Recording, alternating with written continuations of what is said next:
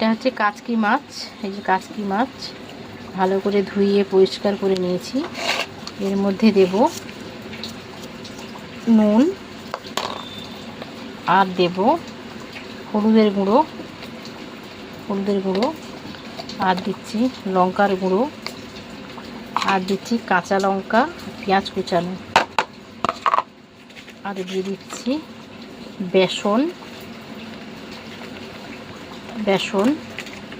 আর দিয়ে দিচ্ছি চালের গুঁড়ো। এই যে চালের গুঁড়ো দিলাম, দিয়ে এটাকে ভালো করে মাখতে হবে।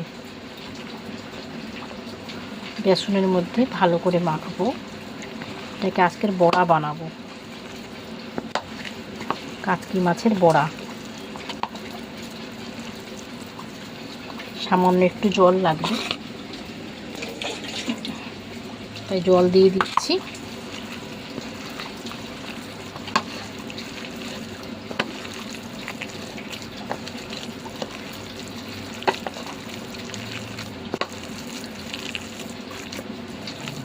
একটুখানি মেখে রেখে দিলাম, একটু পরে ফিরে আসছি।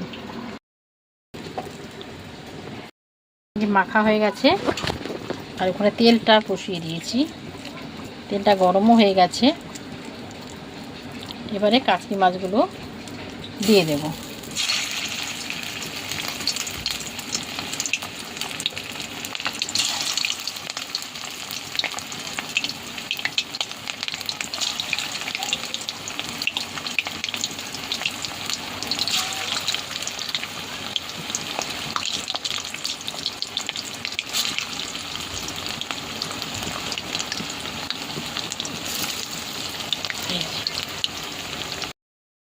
এটা হচ্ছে কাচকি মাছের বড়া।